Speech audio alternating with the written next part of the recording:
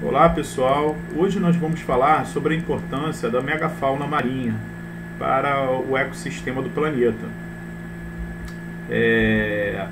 Nesse estudo a gente vai ter a possibilidade de discernir um pouquinho o conhecimento sobre a distribuição de água no planeta, né?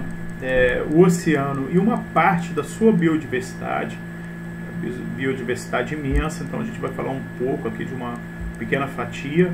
Os cetáceos, que fazem parte da megafauna marinha, os serviços ecossistêmicos que essa megafauna marinha oferece para o nosso planeta, em relação até à mitigação do desequilíbrio que nós temos na mudança climática, a megafauna como um recurso internacional, né, porque a megafauna ela está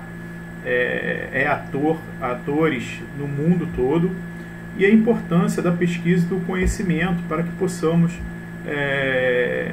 chegar numa situação de um futuro melhor do que da atualidade. Bom, referente à distribuição de água do planeta e a sua importância. Apesar do nosso planeta se chamar Terra, a gente tem um planeta que ele é composto de 71% de água. E desse 71% de água, 97,5% dele é composto de oceanos e mares e de água salgada, né? Restando aí 2,5% de água doce.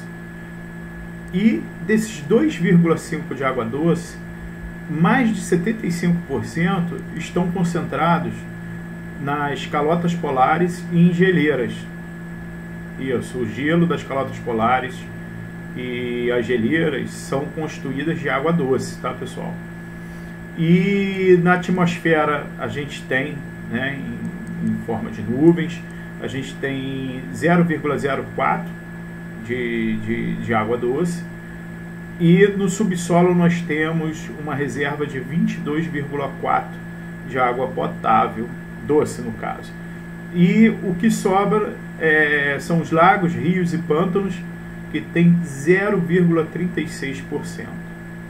E eu te garanto que a maioria dessa pequena fatia de água que existe no nosso planeta está na Amazônia, né? Onde tem a maior reserva de água doce do nosso planeta, em torno de 25% de toda a água doce que tem no nosso planeta. A água é importante porque ela é o fluido mais abundante que existe no nosso planeta. Ele é essencial para a vida. A gente não existiria se não existisse a água. Então aqui nesse infográfico a gente trouxe para vocês terem uma noção de quanto de água que cada organismo desse aqui, né, cada ser vivo carrega. A gente tem aqui o homem com 65% de água, né? A gente absorve essa água através de ingestão da própria água e ingestão de alimentos.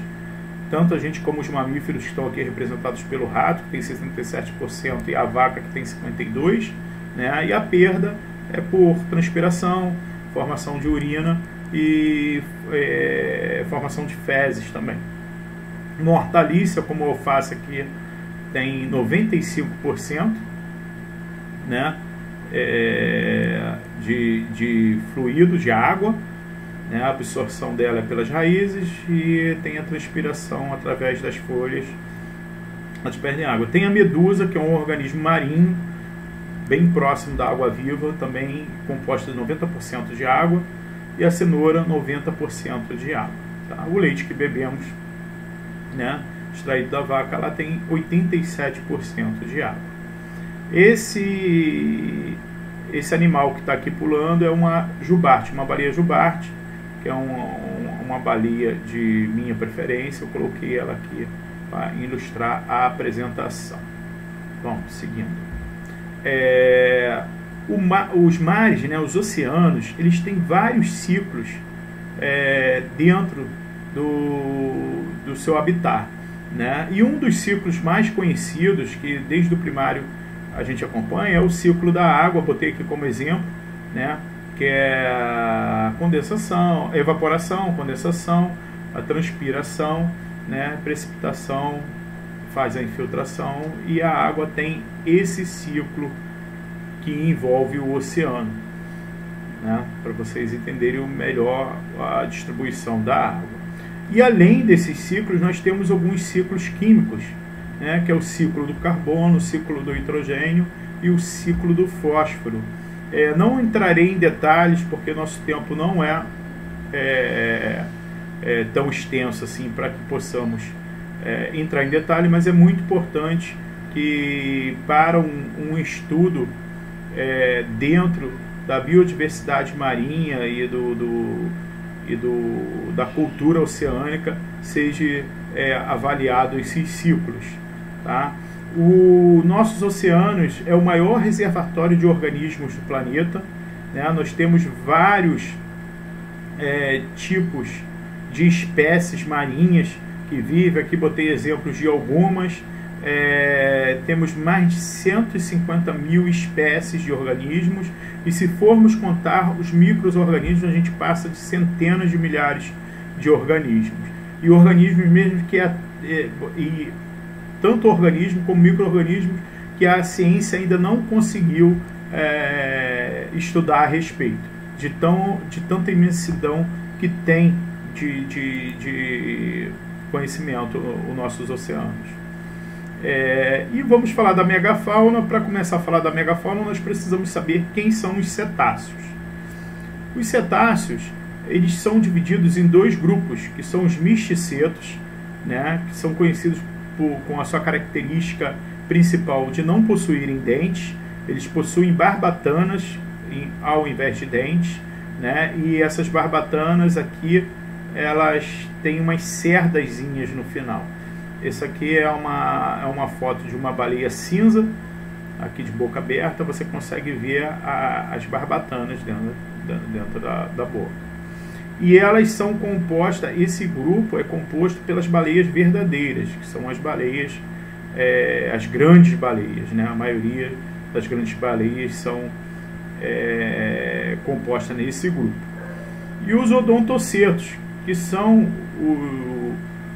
os cetáceos que possuem dentes. Aqui tem uma foto aqui de uma orca com os dentes. Então a orca não é baleia, pessoal. A orca é um odontoceto. A orca, ela tem essa nomenclatura popular de baleia, porque o nome dela em inglês chama Killer Whale, que significa baleia assassina, sendo que ela não é uma baleia. Então uma orca é uma orca odontoceto, tá? E ainda temos um grande cetáceo, que ela não está no grupo dos misticetos, que é a baleia cachalote, também chamada de baleia cachalote, mas ela não é uma baleia, ela é um odontoceto. Ela, por causa do tamanho, né, é um animal que pode chegar a 18 metros, então é muito semelhante, referente a tamanho com os misticetos. Então as pessoas popularmente faz ela dentro da categoria das baleias, mas é um odontoceto, a cachalote. A gente vai ver até foto um pouco mais para frente aqui nesta apresentação. Bom, as baleias, né? E dos odontocetos também tem os golfinhos, que a gente não vai falar aqui agora nessa apresentação, mas que é o golfinho nariz de garrafa, o boto cinza, que faz até parte da bandeira do município do Rio de Janeiro, né? Existe lá na Baía de Guanabara, né? Na Baía de Sepetiba, e os golfinhos rotadores de Fernando de Noronha, eles também são desse grupo de cetáceos, pertencem aos cetáceos, o infraordem cetáceos e o grupo odontocetos, tá? Tem uma foto aqui até atrás de mim, aqui são golfinhos, tá bom? A gente não vai abordar os golfinhos aqui nessa apresentação. Eles são grandes consumidores de peixes invertebrados, peixes pequenos como alenques, né, sardinhas, e invertebrados como polvo, né, lula, né, alguns crustáceos também, né, uns artrópodas, o krill, né, camarões, pequenos portes, e eles são presas e predadores de outros animais de grande porte também, a gente vai falar um pouco mais à frente. E são grandes reservatórios de nutrientes e fonte de energia dos oceanos. Ok? Vamos aqui para a próxima. Bom, os grandes cetáceos, já deu para perceber que eles fazem parte, que eles são iguais à megafauna, né? E a megafauna, como eu expliquei, ela é formada de misticetos e as cachalotes. Cachalotes são esses odontocetos aqui gigantes. Aqui nessa foto você consegue perceber, ver eles aqui descansando.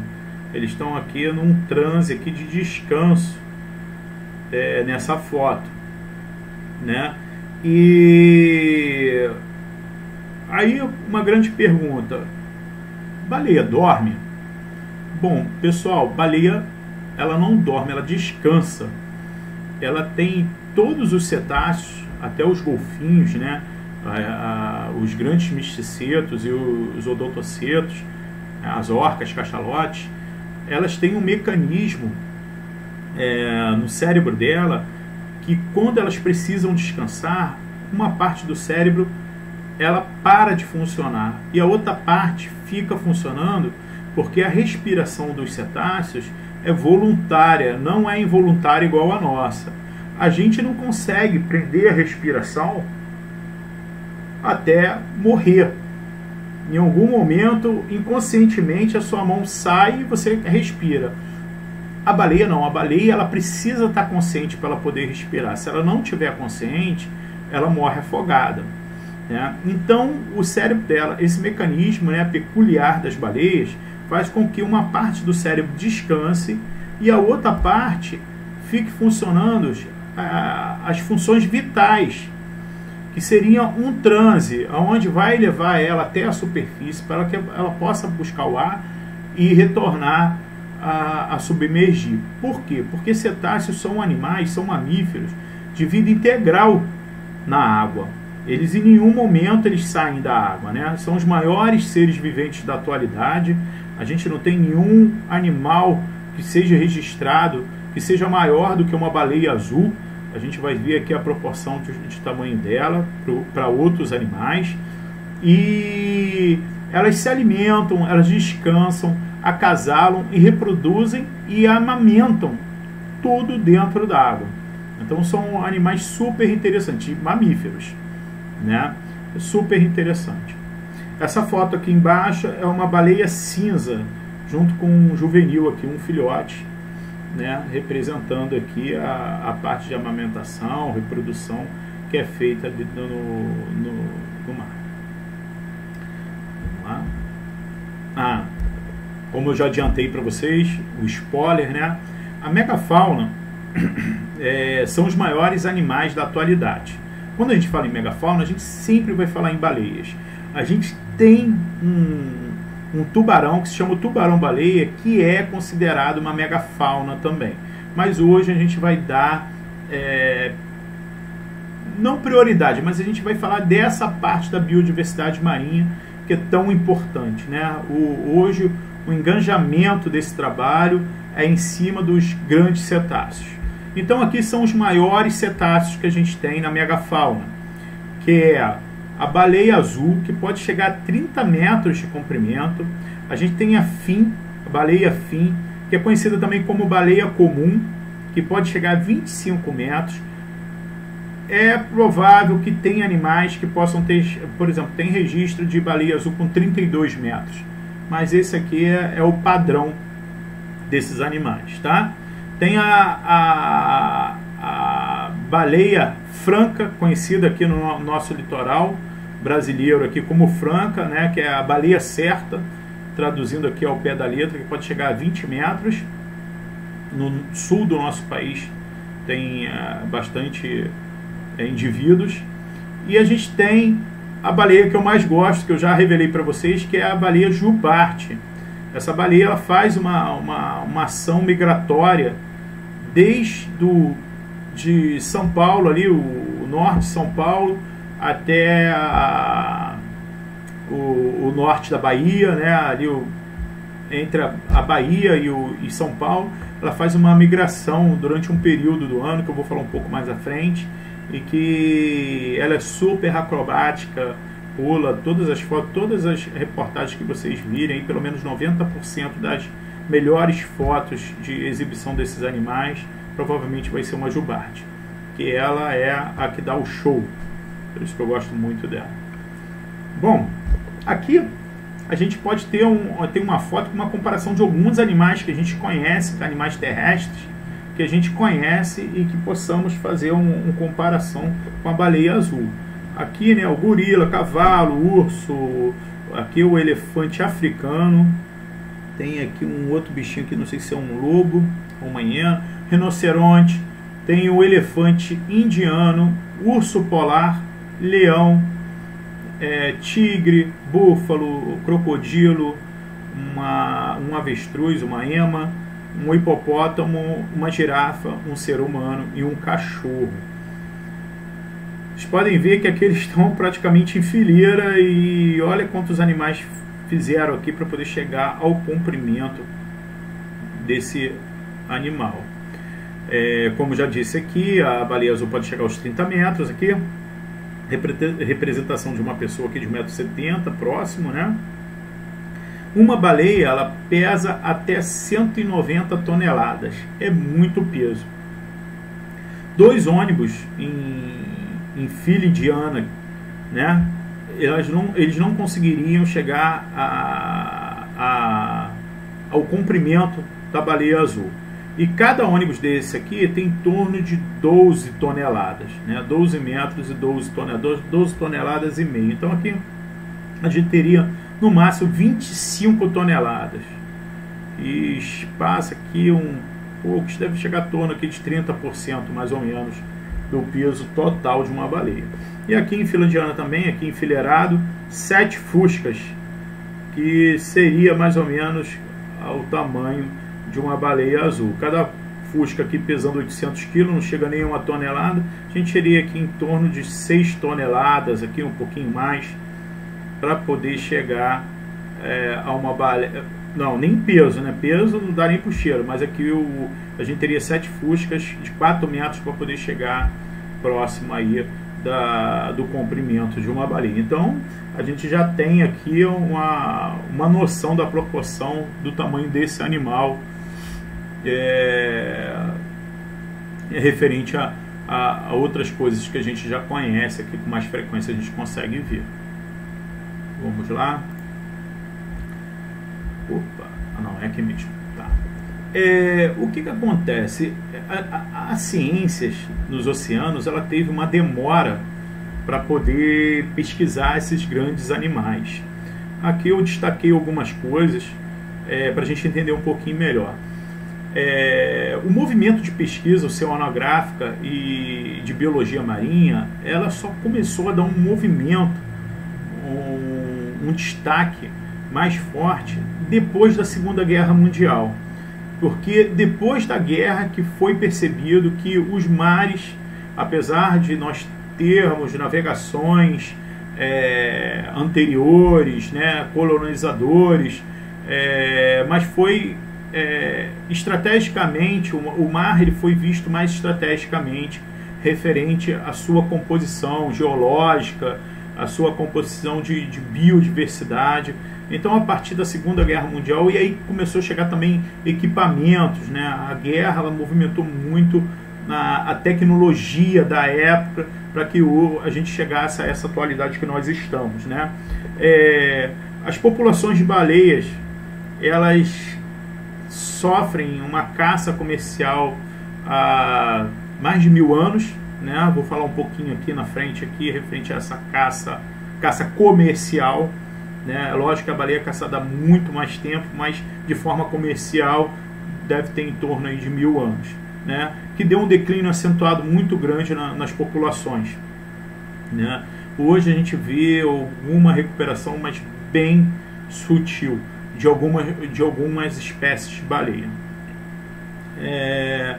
E tinha pouca oportunidade de estudo da megafauna. Por quê? Por causa da logística, né? o desafio operacional é muito grande para um estudo de um animal que ele habita em alto mar, né? Imagina, você vai para alto mar, você às vezes fica 30 dias no navio e não vê o animal, porque como é que o mar é imenso, né? Então você tem que ter ainda o fator, além do fator logístico muito bom, né? Infraestrutura forte, você tem que ter sorte de ver o animal e perceber algum comportamento nele, alguma coisa que faça com que a gente conheça ele um pouco melhor. Isso era bem complicado lá há 50 anos atrás, 60 anos atrás, quando se começou a ter essa preocupação dessas pesquisas. E o experimento, né, manipulativo aqui, o que eu estou dizendo, né, era praticamente impossível. Você não tinha máquinas fotográficas com tecnologia avançada, câmeras. Hoje você pega, quer ver um animal, você bota um drone para voar e você consegue pegar com um pouco mais de facilidade aquele comportamento daquele animal. Hoje a gente tem a tecnologia a nosso favor.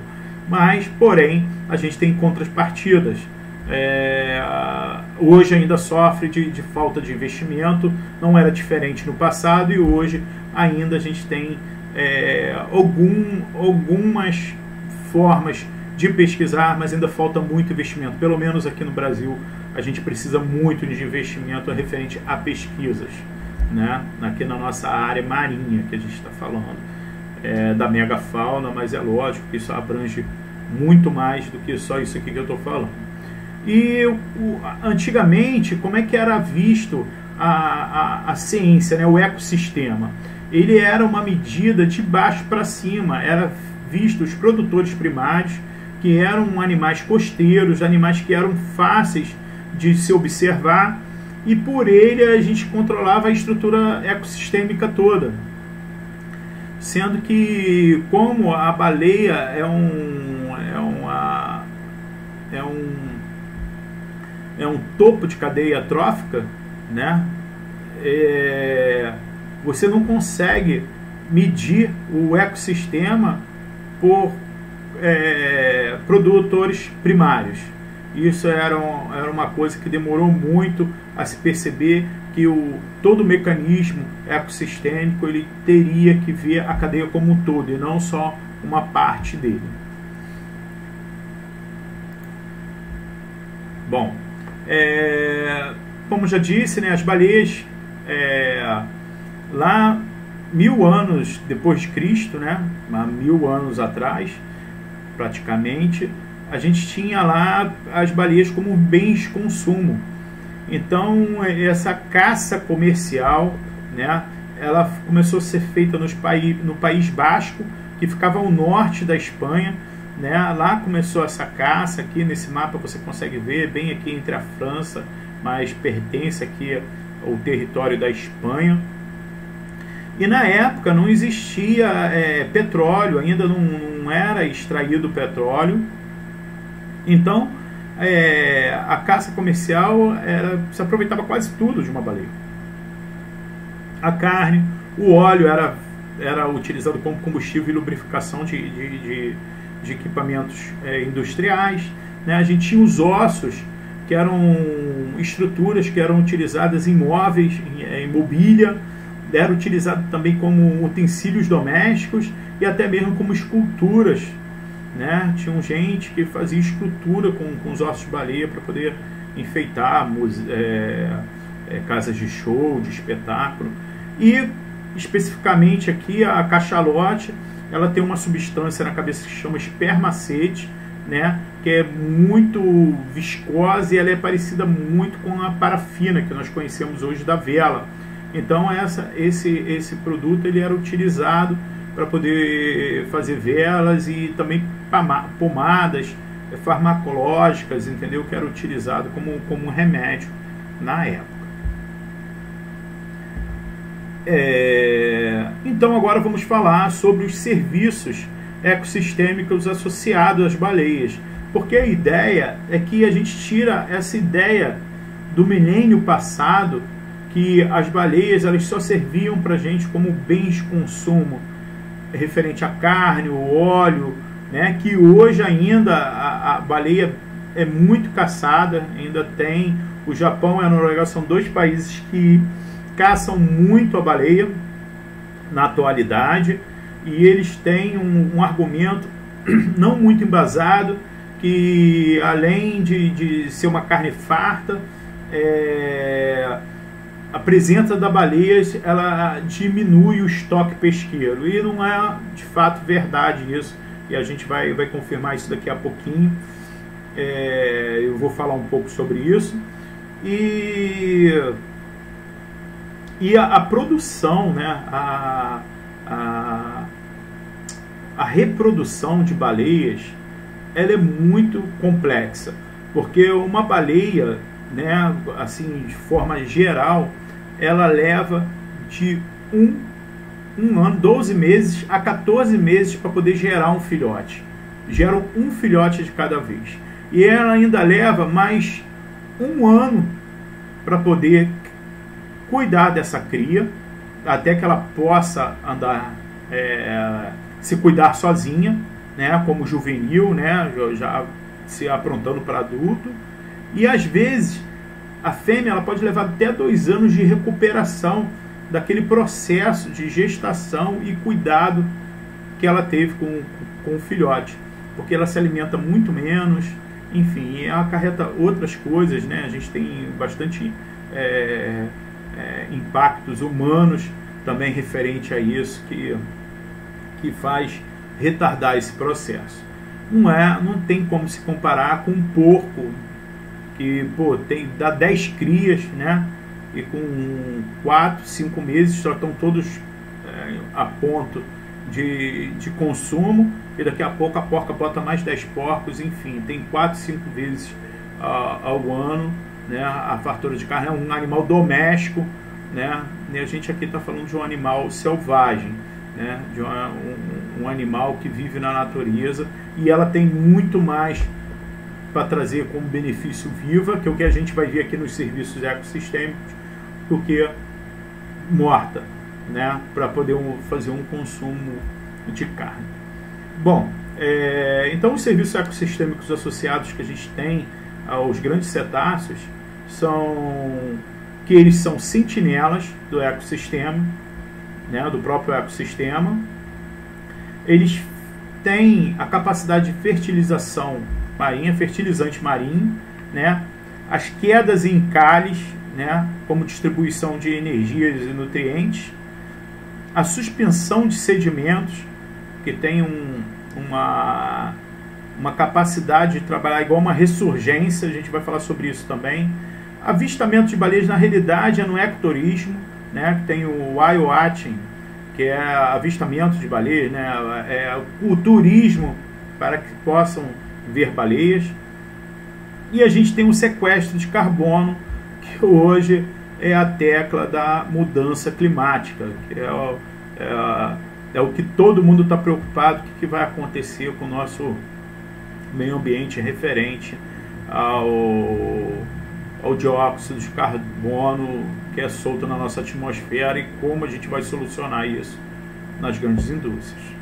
A baleia está aí para provar a gente que tem algumas soluções eficazes para esse grande problema. Bom, como sentinelas do ecossistema. Como sentinelas do ecossistema. As baleias, como eu já disse, elas são predadores de topo e são presas também. Aqui nessa foto aqui são jubartes, né? Elas estão aqui disputando aqui, provavelmente um cardume de alenques, né? De peixinhos, ou então até krill, né? Botei aqui que é interessante a gente ver aqui o comportamento desses animais. E modelo de avaliação de impacto humano. Como é que a gente pode perceber isso? Como predadores de topo, geralmente onde esses animais circulam tem grande riqueza de biodiversidade, porque eles se alimentam muito, né, de toneladas por dia, né, de krills, que são organismos ricos em ferro e em nitrogênio, né? E ela tem, quando ela faz isso nos polos, né? Esse mapa aqui, ele tá mostrando aqui a parte do continente,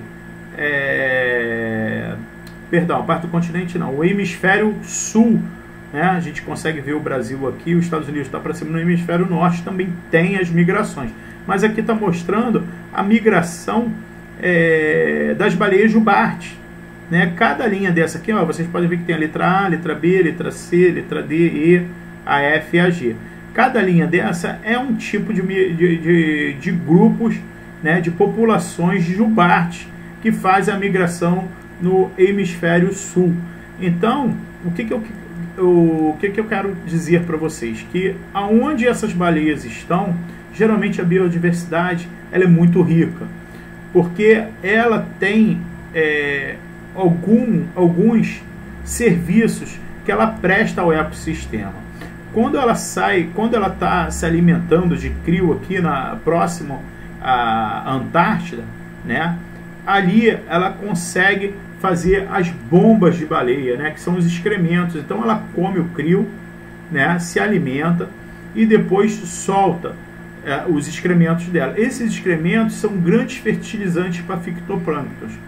Vou detalhar um pouco mais na frente. Mas quando ela sobe aqui para o litoral do Brasil, que nem eu disse, né, entre o Rio de Janeiro, entre São Paulo e Bahia aqui, né, ela fica na Antártida entre o verão e o outono, né, e na primavera, no inverno e na primavera, ela sobe para poder procriar, né, para fazer reprodução. Então aqui ela solta também excrementos, né? Ela tem a própria placenta da baleia muito grande, é rica em nutrientes, então faz com que os outros animais que existem em torno dela se alimentam. As baleias, elas têm as mortes naturais, ela serve de alimento para outros animais. Tem um caso interessante como um modelo de avaliação do impacto humano. Por quê? Porque essas baleias, pegando aqui como exemplo a migração aqui da costa brasileira, essas baleias passam pela camada pré-sal, elas passam próximo de portos, tem o Porto de Santos, tem o Porto do Rio de Janeiro, tem o Porto de Vitória, tem o Porto da Bahia, e o comportamento desses animais, eles mudam conforme o impacto humano. Esses animais têm vocalização, então elas podem mudar, pode mudar o tipo de vocalização. Isso tudo é estudado em bioacústica, né, desses animais, para poder entender o dialeto desses animais, como eles se comunicam, o que eles utilizam para poder se comunicar, para acasalamento, para cortejo, né, dos animais. A gente tem vazamento de óleo, às vezes, que acontece na nossa costa, e esses animais estão lá para poder ser sentinelas, indicadores de impacto, né, antropogênico. Então é muito importante esses animais. E um outro caso que eu queria colocar como predadores topo e presa, que eles podem mudar a biodiversidade. Na costa dos Estados Unidos, na Califórnia, do lado oeste, no Oceano Pacífico, existiam bastante baleias lá antes da caça. E a orca é um tipo de cetáceo que ele come pinípedes, né, que são focas, lobos marinhos, leões marinhos, e comem também filhotes de baleias, né? Então, quando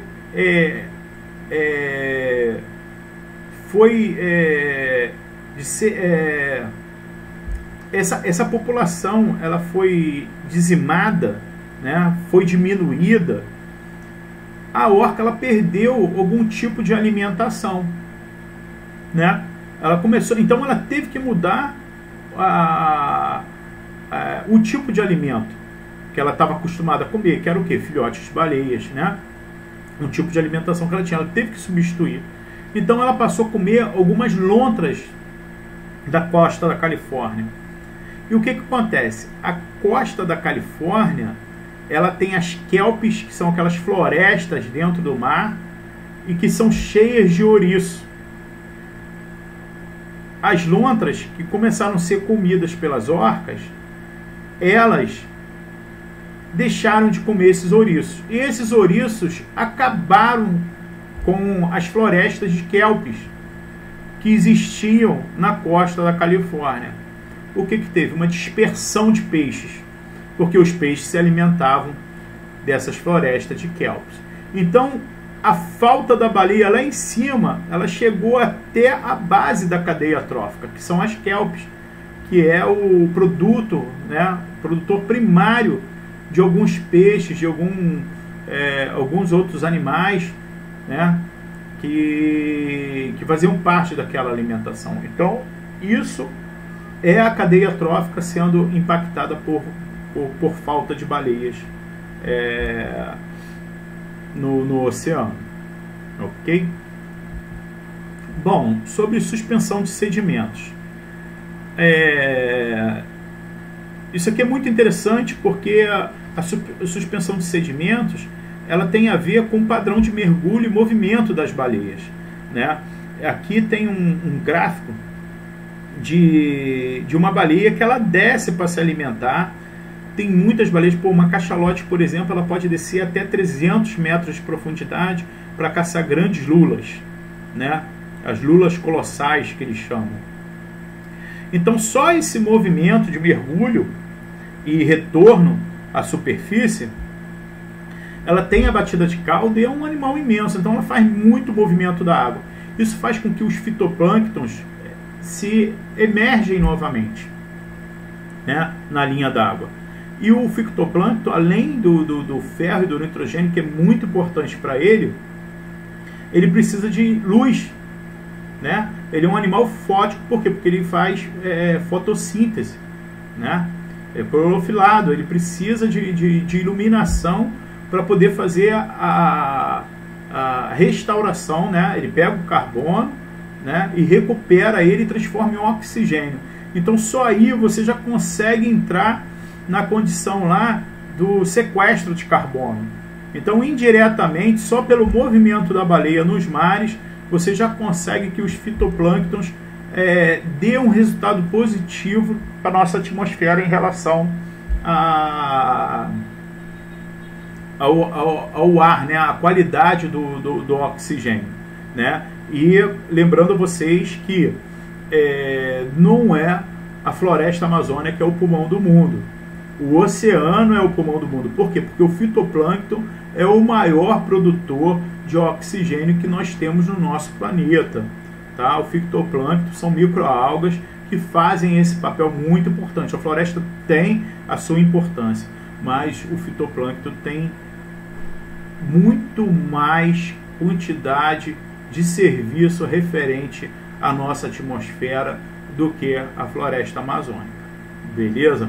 E aqui a gente tem uma outra estratégia de pesca que é feita pelas baleias. Aqui é um grupo de baleias jubartes aqui soltando bolhas. Não necessariamente nessa foto ela está fazendo uma estratégia de pesca, mas ela faz uma rede de bolhas em torno do cardume para poder fazer a pesca dela. E as bolhas também faz esse movimento na água. Ela faz o levantamento de sedimentos, né, e traz os nutrientes. Quando traz os nutrientes para o afloramento da água, muitos animais, muitos organismos, eles se aproveitam dessa movimentação que a baleia traz. Há estudos que dizem que esses movimentos de baleia em certos locais equivale à ressurgência que nós temos em Arraial do Cabo, aqui no Rio de Janeiro, que tem o mesmo efeito, pode ser comparado a um efeito de ressurgência. Aqui também é o afloramento da corrente marinha, por isso que Arraial do Cabo é frio, a água também é muito cristalina, por causa esse fenômeno que tem lá em Arraial do Cabo. Ok? Vamos lá. Bom, fertilizante marinho. Também já dei uma pincelada referentes, que são as bombas de baleia, que são os excrementos. Como eu disse, eles são ricos em ferro e nitrogênio.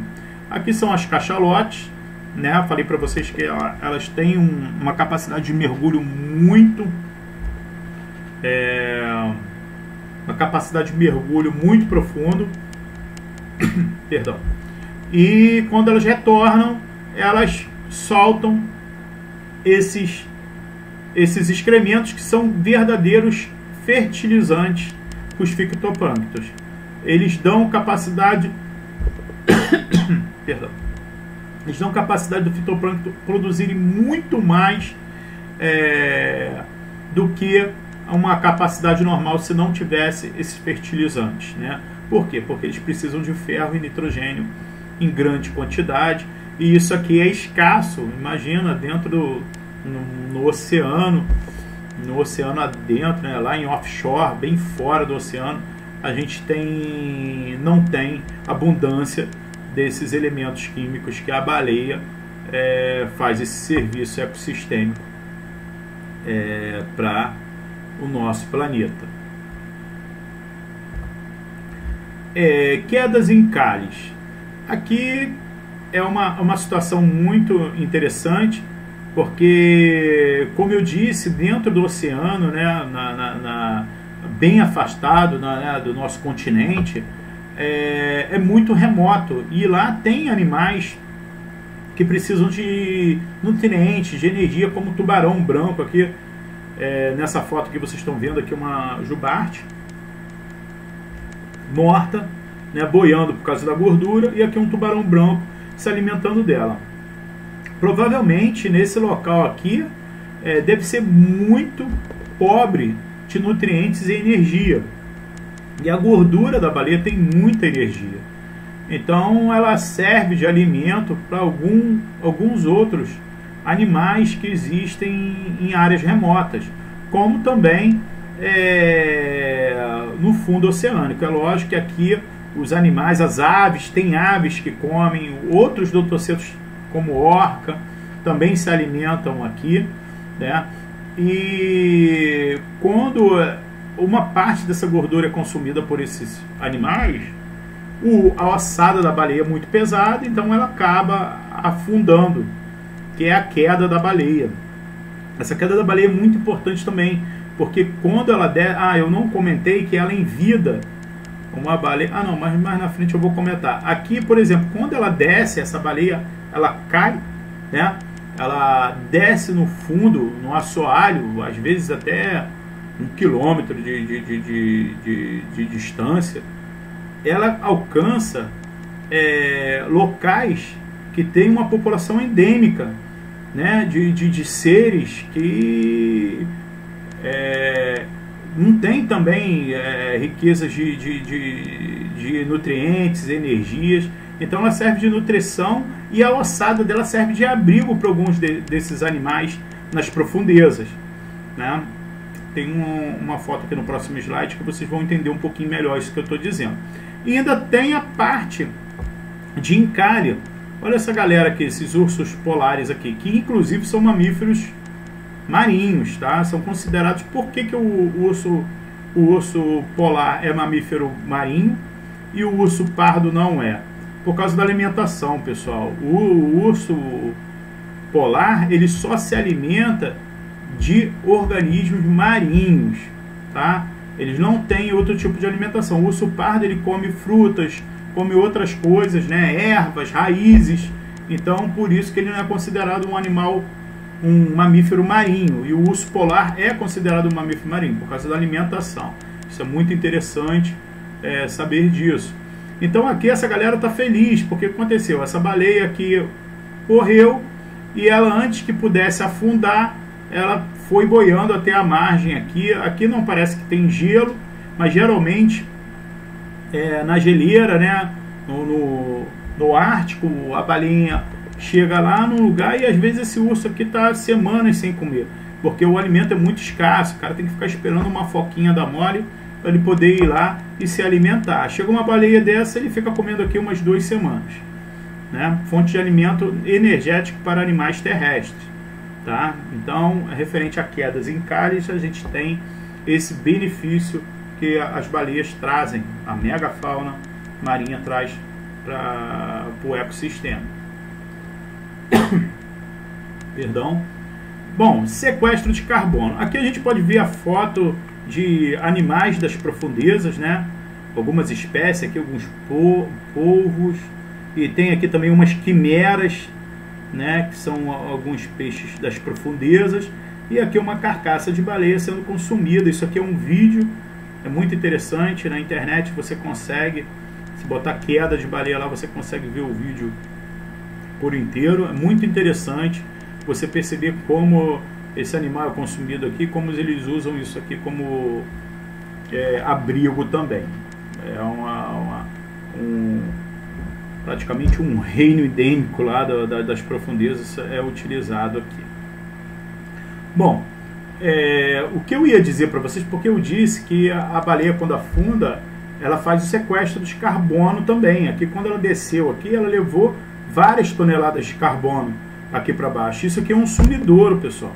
A partir de 1 quilômetro de profundidade, esse carbono vai levar milhares de anos para poder... beber uma água aqui.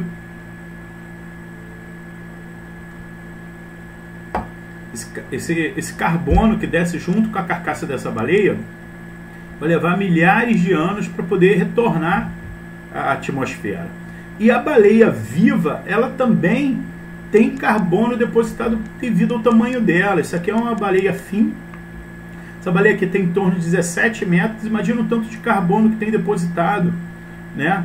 De energia aqui, né? na gordura dela. Então uma baleia viva, ela é igual a uma das maiores árvores da Amazônia.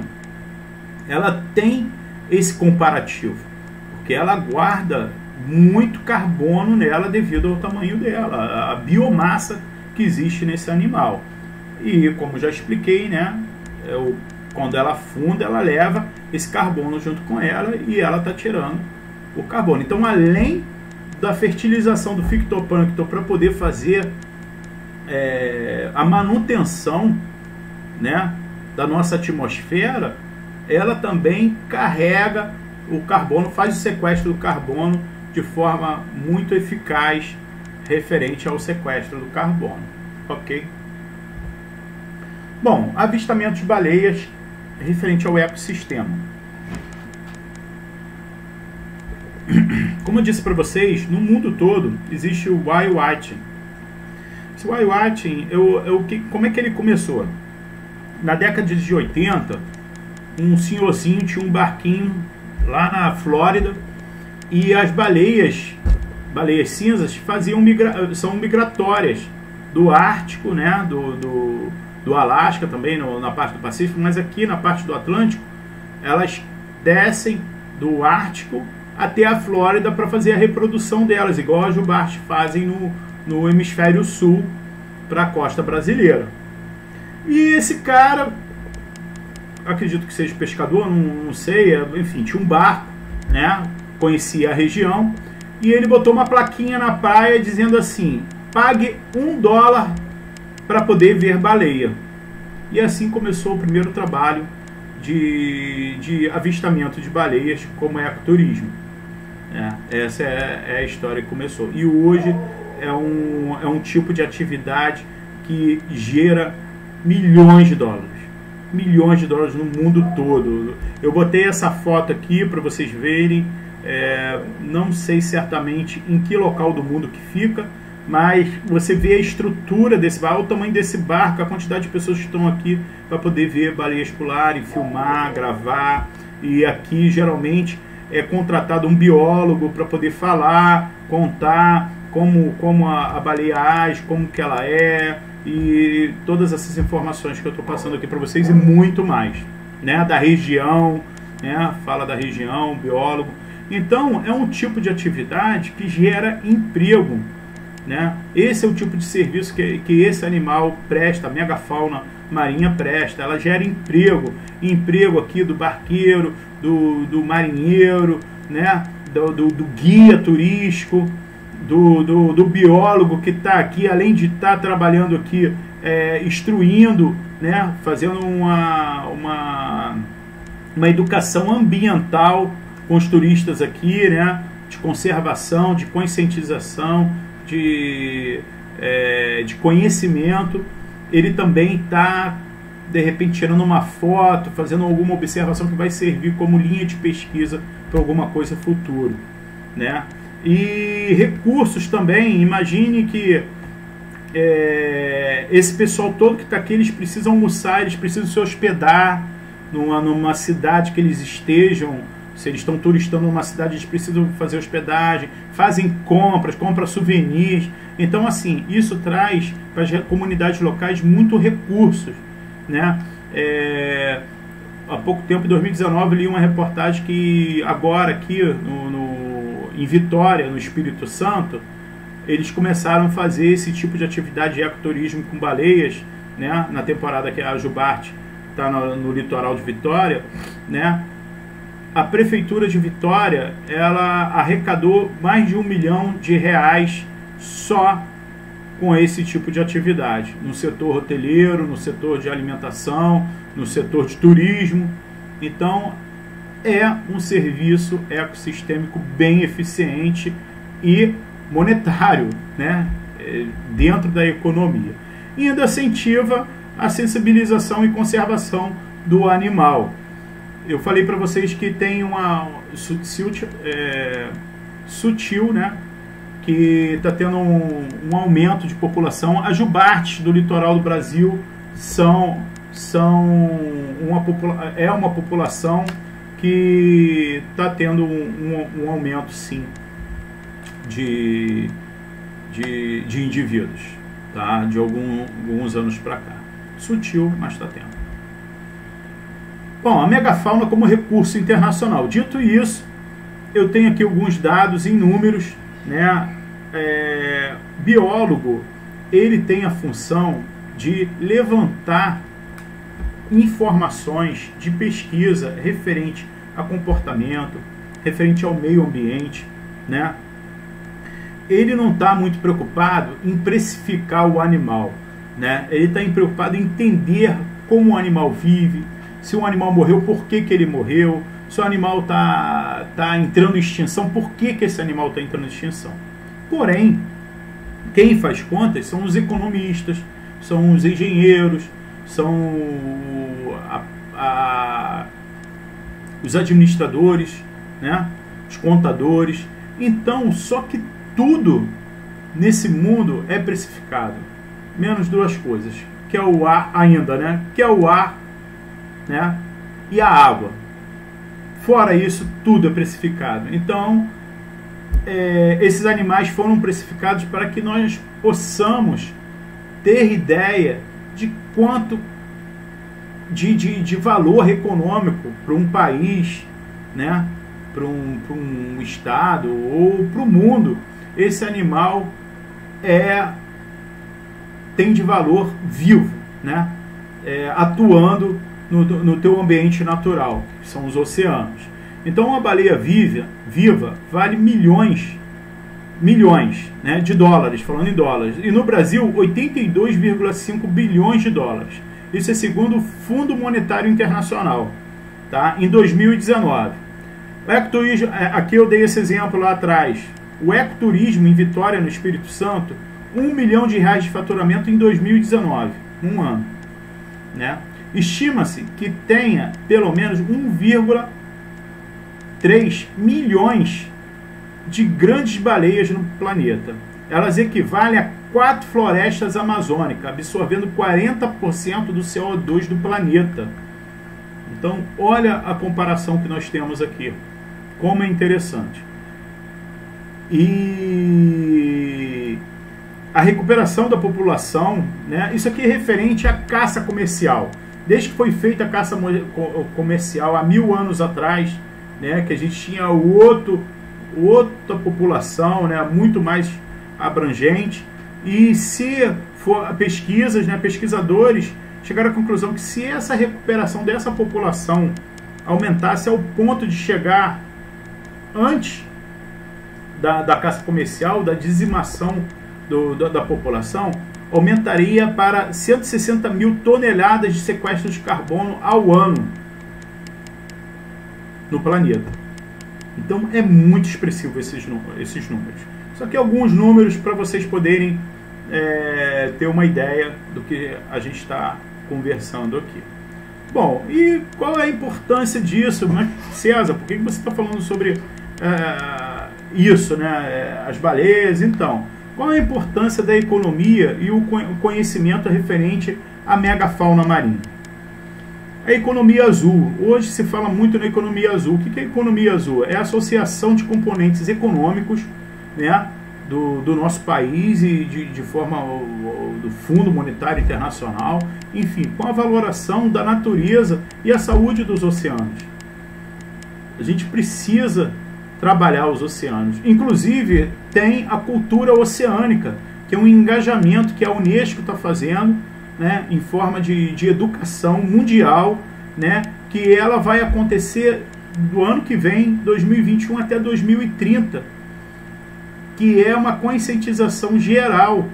Esse tema ele vai rodar aos centros educacionais do mundo todo para poder dizer qual o oceano que precisamos para o futuro que queremos. A solução, pode ser que a solução desse desequilíbrio do clima, né, do ambiente e de tudo que a gente vive, de toda essa poluição, seja os oceanos. Um estudo aprofundado dos oceanos. E como a gente vai conseguir descobrir isso? Através de como a gente está descobrindo, porque a gente está na metade do caminho, né? Tem pessoas interessadas, tem pessoas investindo tempo, investindo conhecimento, né? Para poder descobrir qual a melhor maneira. Pesquisas, né? Observação e compreensão da dinâmica dos oceanos, né? E um alcance de novas descobertas. Muitas coisas ainda estão para ser descobertas e a gente só consegue com pesquisa. Isso que é o que eu incentivo vocês aqui com esse trabalho. Que seja a pesquisa seja vista como uma solução, como uma coisa que tem que ser estudada, tem que ser pensada. E a pesquisa, como é que ela funciona? Ela funciona com trabalho de campo. Aqui algumas fotos de alguns trabalhos que eu faço. Eu trabalho no Laboratório de Bioacústica e Ecologia de Cetáceos, né, que tem uma parceria com a Universidade Rural do Rio de Janeiro e a Universidade Estadual do Rio de Janeiro, a UERJ. E aqui a gente está pesquisando os animais, os cetáceos, para poder entender um pouco melhor o comportamento desses animais, a bioacústica desses animais, né? Tudo, como o ambiente funciona com esses animais, né? Isso é muito importante. E o que isso traz? Ele traz artigos científicos, né? Artigos científicos que a pessoa que lê um artigo desse, ele tem convicção que esse artigo ele traz a verdade, não é uma manipulação. Bom, é para ser dessa forma, não é para ser manipulado, que ele foi estudado, ele foi visto por vários, geralmente vem vários autores aqui, porque são vários cientistas, várias pessoas engajadas em descobrir o que realmente de fato está acontecendo. Nesse caso aqui a gente está falando de megafauna, mas isso para toda a biodiversidade, para toda a ecologia, toda a parte de geologia, paleontologia, tudo que funciona dentro da biologia atualmente, né? E vocês podem ver que os artigos aqui estão em inglês, por quê? Porque eles são divulgados mundialmente numa língua que tem que ser padrão, né? Então é importante o estudo, né? Certas coisas vocês viram aqui que às vezes falam, pô, se eu vou ser biólogo, por que eu tenho que estudar matemática? Por que eu tenho que estudar língua estrangeira? Por que eu tenho que estudar estatística? Porque isso tudo vai ser utilizado, é importante que tudo seja utilizado. Beleza? Então, eu agradeço, muito obrigado pela oportunidade de vocês assistirem. E aqui tem meu e-mail, tem meus contatos de rede social e eu estou disponível para qualquer questionamento dentro deste assunto. Muito obrigado e até a próxima.